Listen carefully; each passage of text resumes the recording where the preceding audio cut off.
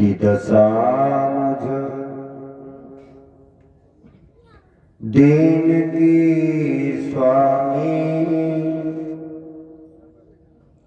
दशा मुझ दीन की भगवन, और संभालो ये तो क्या होगा।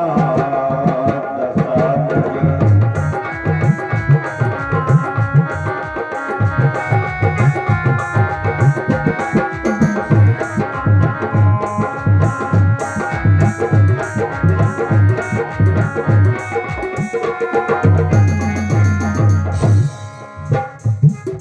भक्त जाता है भगवान के दरबार में, कहने लगा दीनों के दयाला, सबकी बिगड़ी बनाने वाले, मेरी भी नैया संसार सागर में डूब रही है। मैं भी अपनी अरदास लेकर के आया हूँ। दशा मुझ दीन की भगवन, दशा मुझ दीन की स्वामी, संभालोगे तो क्या होगा। दशा मुझ दीन की भगवन, संभालोगे तो क्या होगा।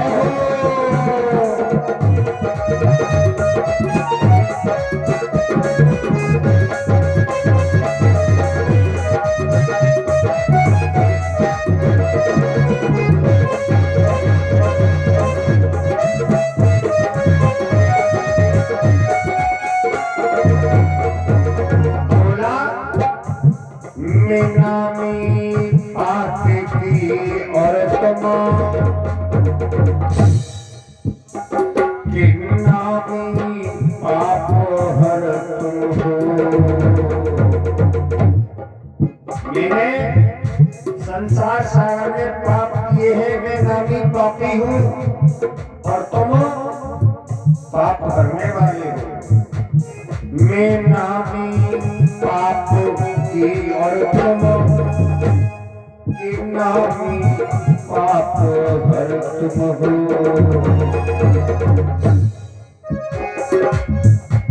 के लज्जा दोनों नामों की, के लज्जा दोनों नामों की, बचा लोगे तो क्या होगा। दशा मुझ दीन की भगवन, संभालोगे तो क्या होगा।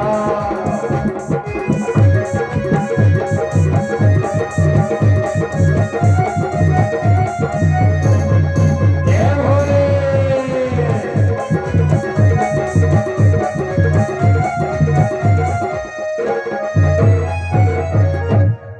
दशा मुझ दीन की स्वामी, दशा मुझ दीन की भगवन, संभालोगे तो क्या होगा। दशा मुझ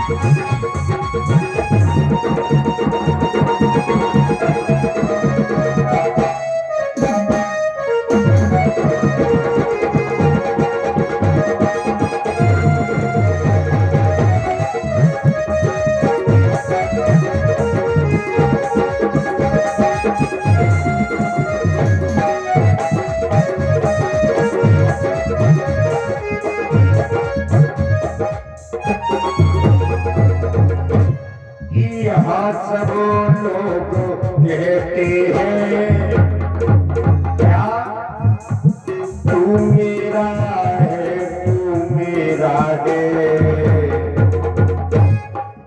माँ कहती है बेटा मेरा है, मैंने जन्म दिया। पिता कहता है बेटा मेरा है। माता और पिता में झगड़ा चल रहा है, मेरा है मेरा है। बेटा बड़ा हुआ, शादी हुई, पत्नी घर में आई, कहने लगी ना तेरा है ना तेरा है, अब ये मेरा है? भगवान मेरी समझ में ये नहीं आता है मैं किसका हूँ। यहाँ सब लोग कहते हैं तू मेरा है, तू मेरा है, और मैं किसका हूँ मेरे स्वामी, मैं किसका हूँ मेरे भगवान, बता दोगे तो क्या होगा, मैं किसका।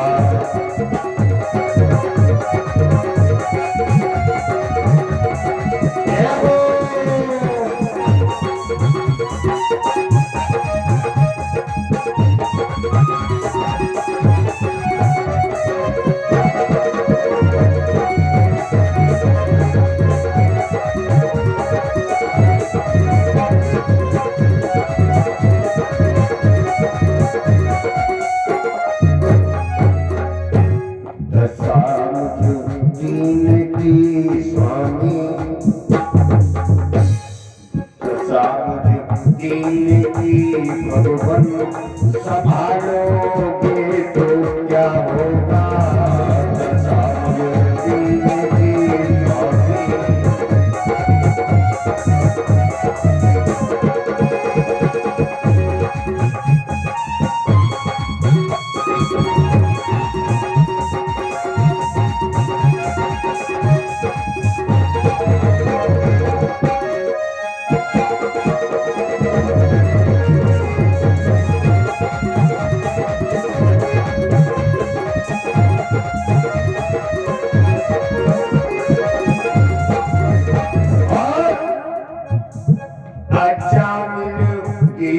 और गणिका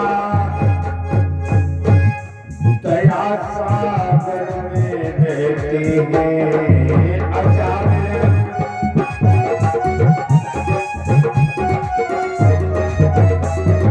हे भगवान उसी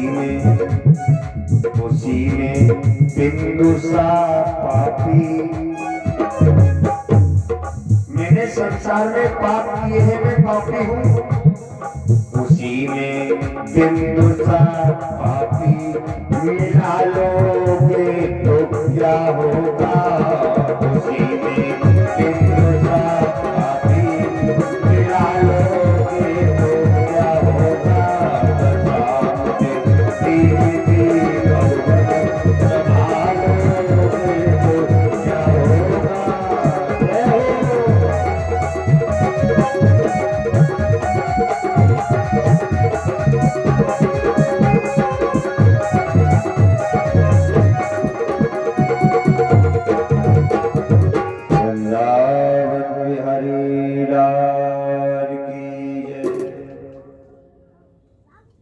दशा मुझ दीन की भगवान संभालोगे तो क्या होगा।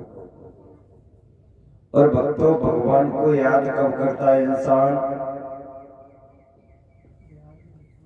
जब घरवार परिवार हेतु रिश्तेदार हितकारी व्यवहारी सब साथ छोड़ जाते हैं। उसे अपने परिवार का बल है, उसे अपने खुद का बल है कि मेरे में इतनी ताकत है, मेरा कोई कुछ नहीं कर पाएगा। जब खुद की ताकत काम नहीं करती है तो परिवार पर भरोसा करता है, घर पर, कि मेरा भैया आईपीएस पीसीएस अधिकारी है, मंत्री है, मुख्यमंत्री है, विधायक है, मुझे बचा लेगा। जब भाई की भी नहीं चलती है, परिवार की भी नहीं चलती है, तो फिर सहारा किसका लेता है, हितू और रिश्तेदारों का। जब हितू और रिश्तेदार भी साथ छोड़ जाते हैं, फिर अपने व्यवहार का सहारा लेता है कि मेरे दोस्त ऐसे हैं, मुझे बचा लेंगे। जब वो भी सहारा छोड़ जाते हैं तब अंत में भगवान को याद करता है? क्यों कि दुख में सुमिरन सब करे, सुख में करे न को, जो सुख में सुमिरन करे तो दुख काई को।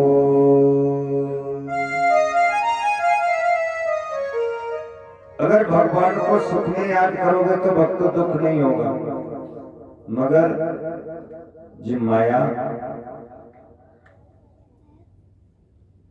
इतना अपना प्रकोप कर देती है, माया इतना हमें मद में मस्त कर देती है कि इस माया के चक्कर में हम सबको भूल जाते हैं। क्यों कि जो मन नारी की ओर निहारत, नारी कौन है? माया। सो मन होत ही नारी की रूपा, और जो मन माया माया रटे,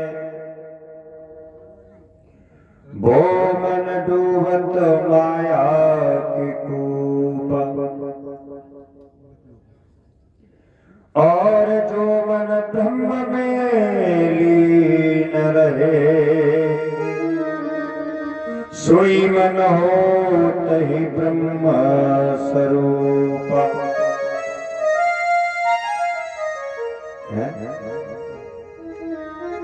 सभी भक्तों ने कल बड़े श्रद्धा भाव से कथा को श्रवण किया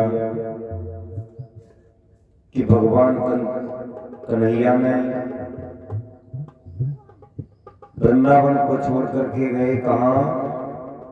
अक्रूर जी के साथ रथ में बैठ करके मथुरा के लिए। मथुरा में जाकर के उन्होंने धनुष यज्ञ को देखा, कंस के बड़े बड़े वीरों को मारा। कुछ मथुरा में भगवान कन्हैया के भक्त थे, उन्हें वरदान दिया। भक्त कौन थे? कुब्जा थी। कुब्जा ने भगवान कन्हैया के तिलक किया, कुब्जा ने हाथ को पकड़ लिया, अपना पति स्वीकार कर लिया। आगे बढ़े, दर्जी मिला, दर्जी ने वस्त्रों को तैयार किया, उसे भक्ति का वरदान दे दिया। और आगे बढ़े, माली मिला, पुष्पों के हार हाथ में है। भगवान कन्हैया ने कहा हम मामा की यज्ञ देखने के लिए जा रहे हैं, उसने गले में हार डाल दिए, उसे भी भक्ति का वरदान दे दिया। कंस का वध किया। कल देखा था कंस वध हुआ। अब कंस मर तो गयो, बाकी लाश नहीं पड़ी।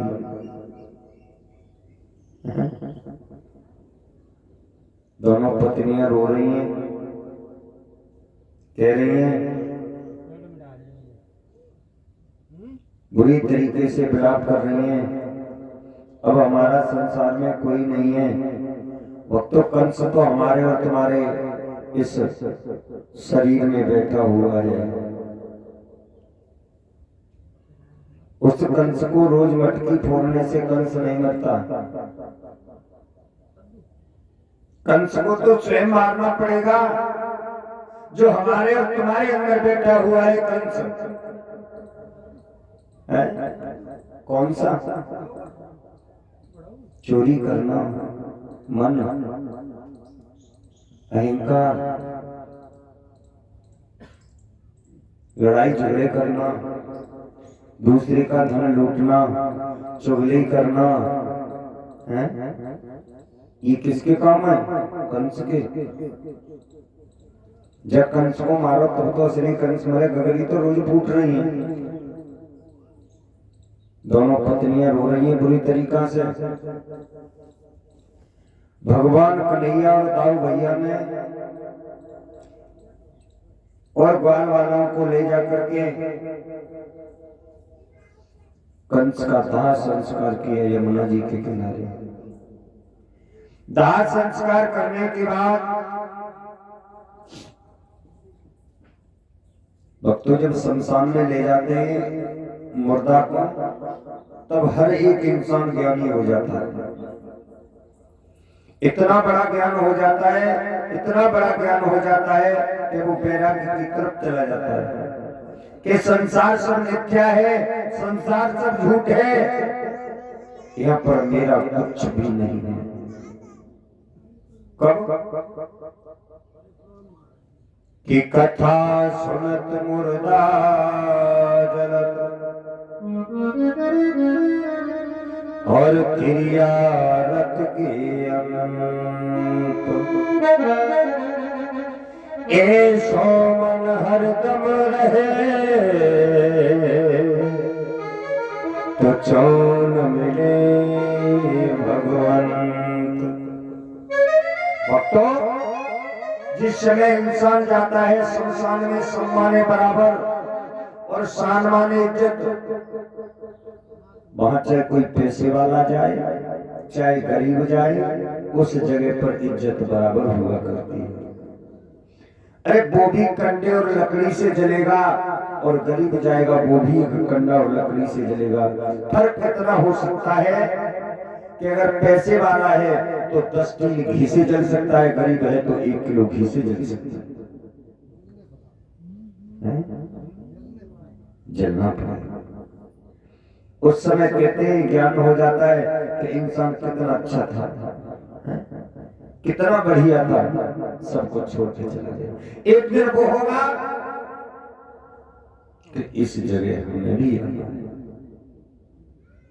कंस का दाह संस्कार किया। भक्तों,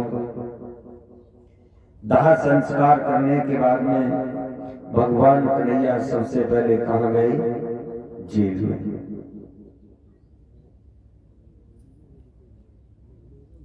जेल में गए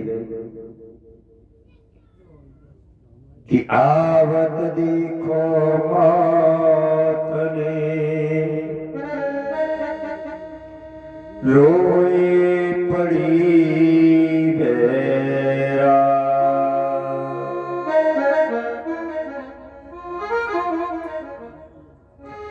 गोदी में बैठा के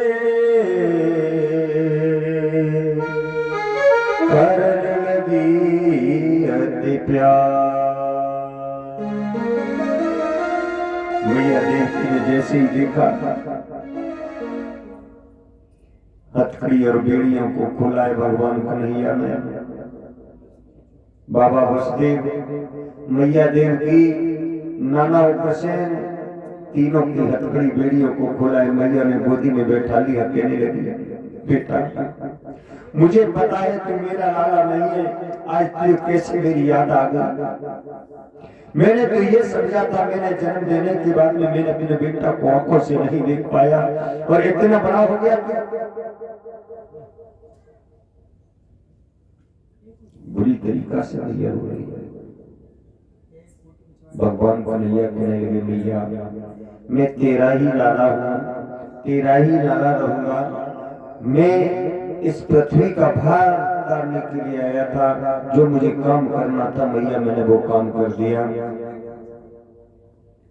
बेटा मैंने आज तक तेरी सूरत को नजर भर के नहीं देख पाया।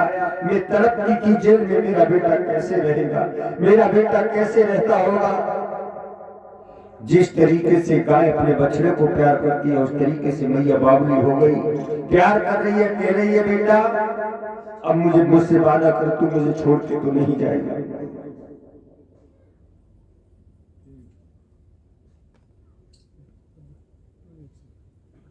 नाना उग्रसेन से कहा, नाना चलो अब तो मथुरा के राजा बनो। कि हाथ जोड़ हर ने कहा, हाथ जोड़ हर ने कहा, सुनो हमारी बात।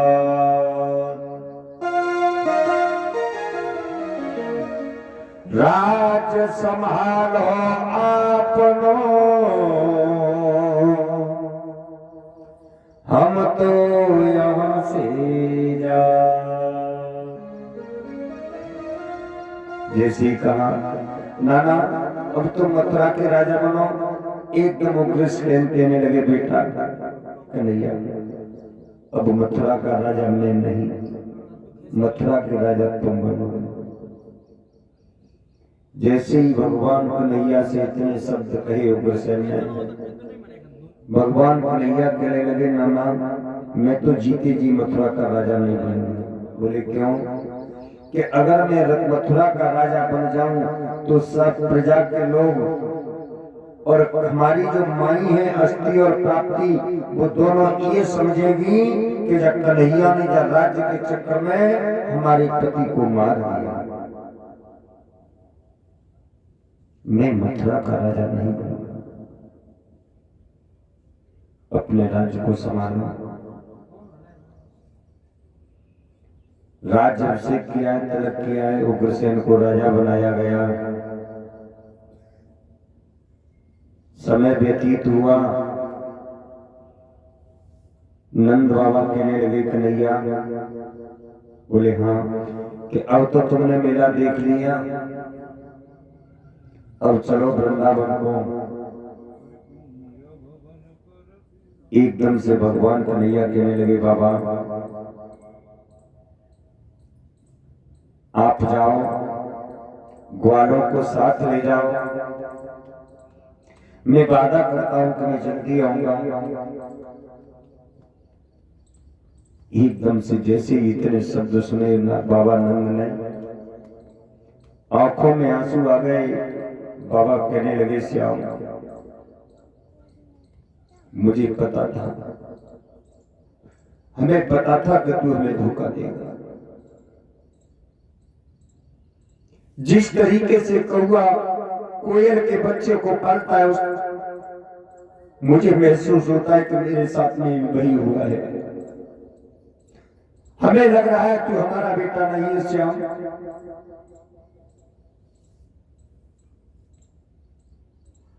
बाबा रोकर के कहने लगे कन्हैया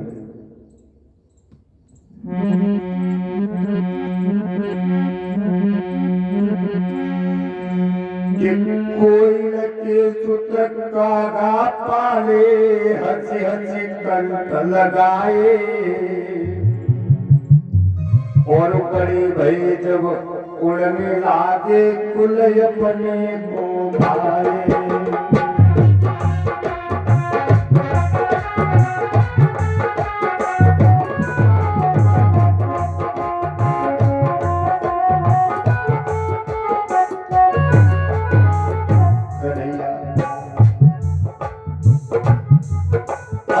यशोदा पूछेगी तेरी मैया तब हम कहा बताए। यशोदा मैया जब पूछेगी तब हम कहा बताए। तीर बढ़ाए दे मोय सावरिया कब वृंदावन आए।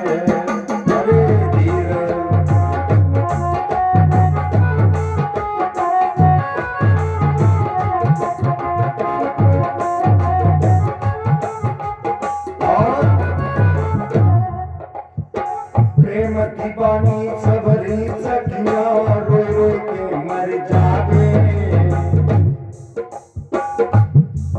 अरे प्रेम दीवानी सबरी सखिया रोई रोई के मर जावे। और उस सूरत ज्योति रीने देखे तड़प तड़प रह जावे।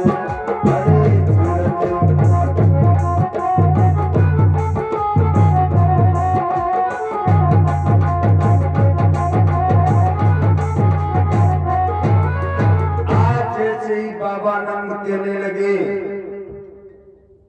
भगवान कन्हैया कहने लगे बाबा बाबा कोई बात नहीं है, मैं तुमसे वादा करता हूं मैं जरूर जल्दी आऊंगा।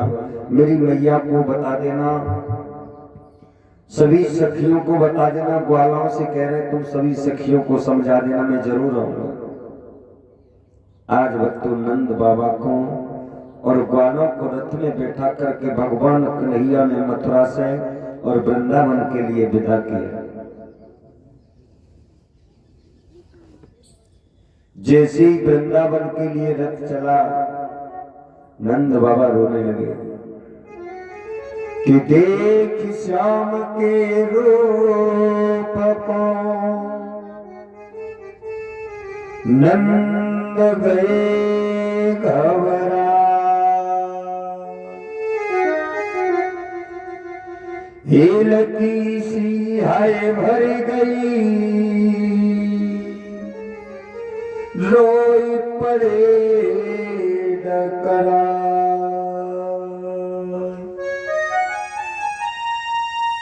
बाबा नंद रोने लगे। ग्वालों ने समझाया, बाबा कोई बात नहीं है, कन्हैया जरूर आ गया हो, चलो। इधर नंद बाबा और ग्वालों को विदा किया है। विदा करने के बाद भगवान कन्हैया मथुरा में है। तब तक क्या हुआ कि कंस की दोनों पत्नियां, जिनका नाम था अस्ति और प्राप्ति, वो मगध देश का राजा था जिसका नाम था जरासंध, उसकी बेटियां थी। अपने पिता जरासंध के पास में जाकर के कहने लगी, पिताजी, रोने लगी बुरी तरीका से। क्या हुआ, क्यों रो रही हो? पिताजी, हमारे स्वामी पति महाराज कंस का तुम्हारे दामाद का देहांत कर दिया, हमें विधवा बना दिया। किसने? और कौन हो सकता है? कि ना कुछ अहीर के दो छोरे, बलराम कृष्ण के लाते हैं, वो वृंदावन के भिख मंगे, मथुरा में साह कहाते। और कौन? जो नंद के दो छोरा है कृष्ण और बलराम, उन्होंने तुम्हारे दामाद को मार दिया, हमें विधवा बना दिया, कुबलिया पीड़ हाथी को भी मार दिया। जैसे ही भक्तों इतने शब्द सुने, जरासंध को क्रोध आया। एकदम से कहने लगा, वो कौन है जिसने हमारे दामाद कंसवीर को मारा है? मैं उसे जीवित नहीं छोड़ूंगा।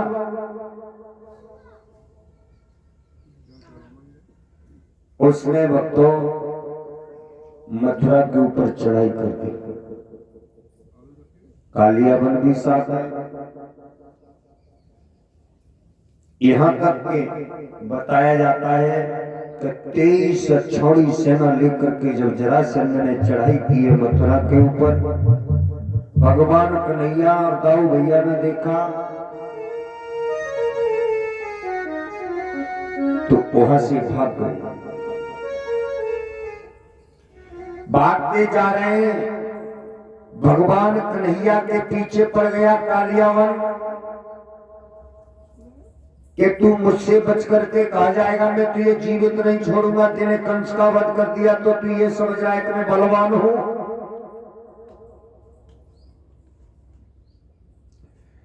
भगवान कन्हैया पहाड़ी की गुफा से होकर के निकलते जा रहे हैं। देखा तो उस गुफा में मुचकुंद लेटे सो रहे हैं, प्रहलाद के नाती हैं।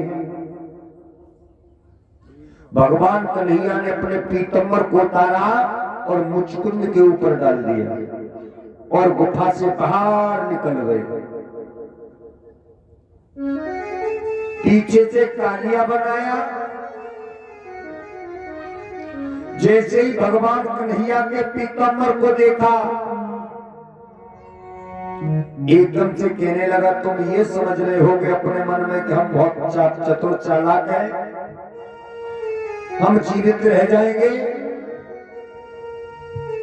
और एकदम से पीतम्बर को हटाया और जैसे ही पैर की एड़ी से जगाया और मुचकुंद की नींद खुली तो मुचकुंद की दृष्टि पड़ते ही भस्म हो गया। बोल गोविंद भगवान की।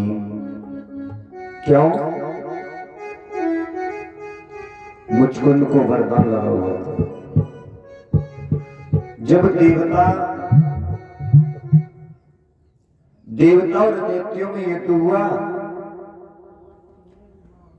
देवताओं को दैत्य इतना परेशान किया करते थे, इतना परेशान किया करते थे भक्तों।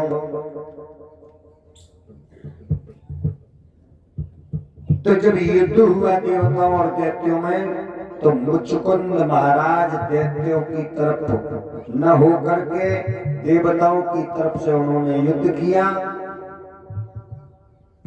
और जब देवताओं ने दैत्यों पर विजयश्री को प्राप्त किया है, जब देवताओं ने युद्ध को जीत लिया,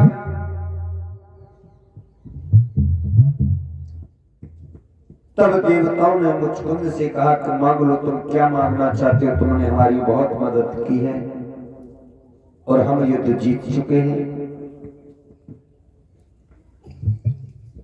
जैसे इतने शब्द सुने मुचकुंद महाराज कहने लगे, प्रभु मुझे कुछ नहीं चाहिए, अगर आप देना चाहते हो तो जिस दिन से युद्ध हुआ है उस दिन से लेकर अब तक मैं सो नहीं पाया।